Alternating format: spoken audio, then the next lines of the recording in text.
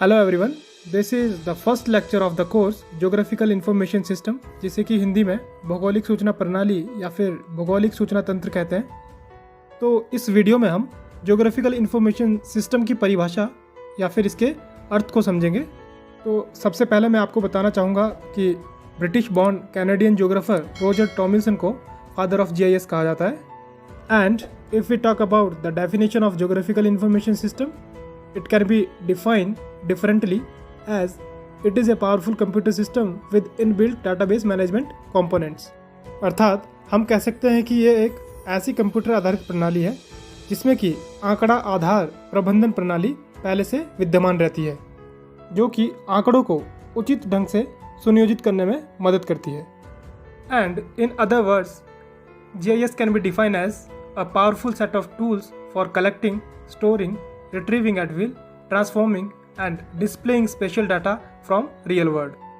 या फिर हम कह सकते हैं कि भौगोलिक सूचना प्रणाली एक कंप्यूटर आधारित प्रणाली है जिसमें कि भूस्थानिक आंकड़ों का एकत्रीकरण, संग्रहण, प्राप्ति, विश्लेषण एवं प्रदर्शन किया जाता है।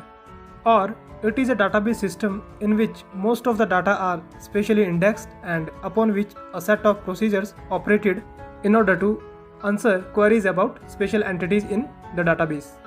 या फिर हम कह सकते हैं कि यह एक ऐसी प्रणाली है जो कंप्यूटरीकृत विधि द्वारा विभिन्न भूसंदर्भित आंकड़ों को एकत्रित एवं विश्लेषित कर योजना की आवश्यकता अनुसार जानकारी तैयार करती है। Thus, we can say that GIS is a powerful computer-based system used to collect, store, manage, retrieve, analyze and display the geographical data and information of the real world। अर्थात हम कह सकते हैं कि भौगोलिक सूचना प्रणाली एक कंप्यूटर आधारित प्रणाली है जिसके अंतर्गत वास्तविक संसार या पृथ्वी के धरातल के आंकड़ों अथवा सूचनाओं की प्राप्ति, संग्रहण, व्यवस्थीकरण, पुनः प्राप्ति, विश्लेषण तथा प्रदर्शन किया जाता है। यहाँ पर भूस्थानिक आंकड़ों का जो अर्थ है वो है भूमि आधारित या फिर धरातल आधारित आंकड़े, जो कि हमारी धरती पर या फिर धरातल पर किसी स्थान या वस्तु के अक्षांशीय व देशांतरीय स्थिति के बारे में या फिर उस स्थान या वस्तु की गुण धर्म या फिर किसी विशेषता के बारे में हो सकते हैं। जीआईएस में किसी परियोजना या समस्या के उद्देश्यों के अनुसार भूस्थानिक आंकड़ों को एकत्रित किया जाता है और उन आंकड़ों को जीआईएस फॉर्मेट में परिवर्तित कर उनका संग्रहण किया जाता है ताकि उनका फिर से इस्तेमाल किया जा सके। और इन संग्रहित आंकड़ों को विश्लेषित करके इनके बारे में जानकारी प्राप्त की जाती है और इन जानकारियों को मानचित्र की सहायता से प्रदर्शित किया जाता है। अब हम जीआईएस के कुछ बेसिक कंसेप्ट्स को समझेंगे, जिनमें कि फर्स्ट है features have their attributes associated with them, which means attribute data are shown along with spatial data.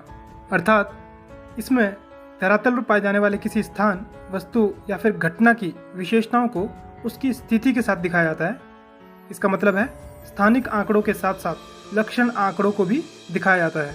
तो जीआईएस में दो प्रकार के आंकड़े रहते हैं आपके।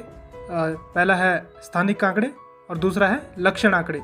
स्थानिक आंकड़े जिन्हें कि इंग्लिश में स्पेशल डाटा और लक्षण आंकड़े जिन्हें कि एट्रीब्यूट और नॉन स्पेशल डाटा कहते हैं। स्पेशल डाटा अर्थात स्थानिक आंकड़े हमें किसी भी स्थान, वस्तु या घटना की लोकेशन के बारे में बताते हैं, और एट्रीब्यूट डाटा और नॉन स्पेशल डाटा जिन्हें कि लक्षण आंकड़े कहते हैं वो हमें ये बताते हैं कि उस स्थान, वस्तु या घटना की विशेषता क्या है, उसके गुण क्या है।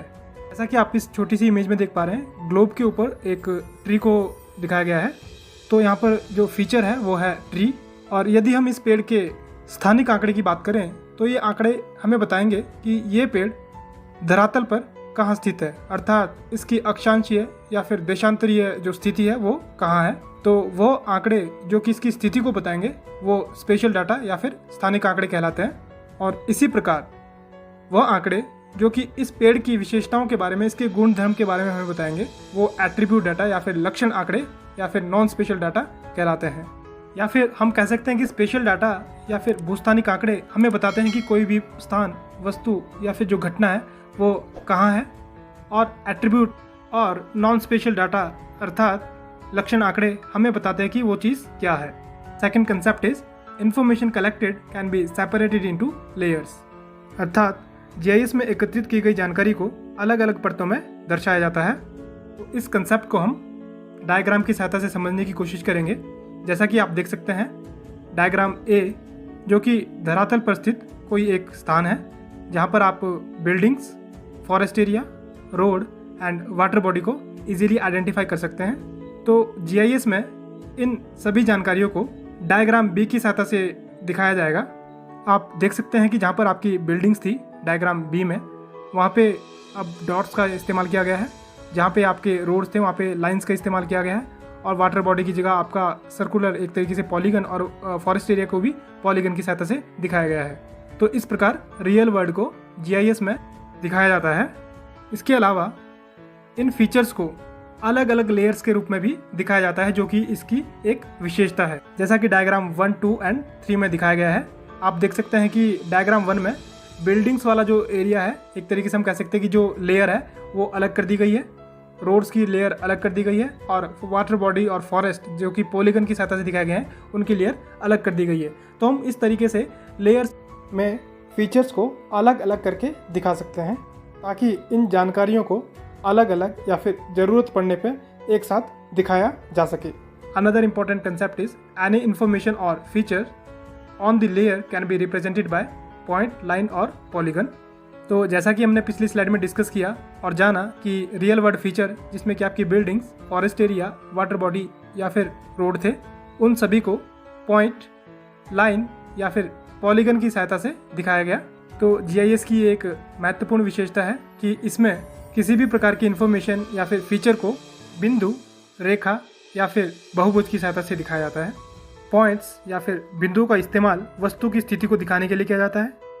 रेखाओं का इस्तेमाल लीनियर फीचर्स जैसे कि नदियों, सड़कों, नहरों इत्यादि को दिखाने के लिए किया जाता है। और उसी प्रकार बहुभुज का इस्तेमाल किसी क्षेत्र को दिखाने के लिए किया जाता है, जैसे कि कोई वाटर बॉडी हो सकती है, कोई आपका फॉरेस्ट हो सकता है, कोई ग्रासलैंड हो सकता है, कोई एग्रीकल्चर फील्ड हो सकता है, कोई रेजिडेंशियल एरिया हो सकता है। तो आप यहाँ पर जो डायग्राम दिए गए हैं आप देख सकते हैं कि इमेज ए और इमेज बी, जिसे हम पहले भी डिस्कस कर चुके हैं, बिल्डिंग्स को पॉइंट की सहायता से, फॉरेस्ट को और वाटर बॉडी को पॉलीगन की सहायता से, और जो आपके रोड्स हैं उन्हें लाइन की सहायता से दिखाया गया है।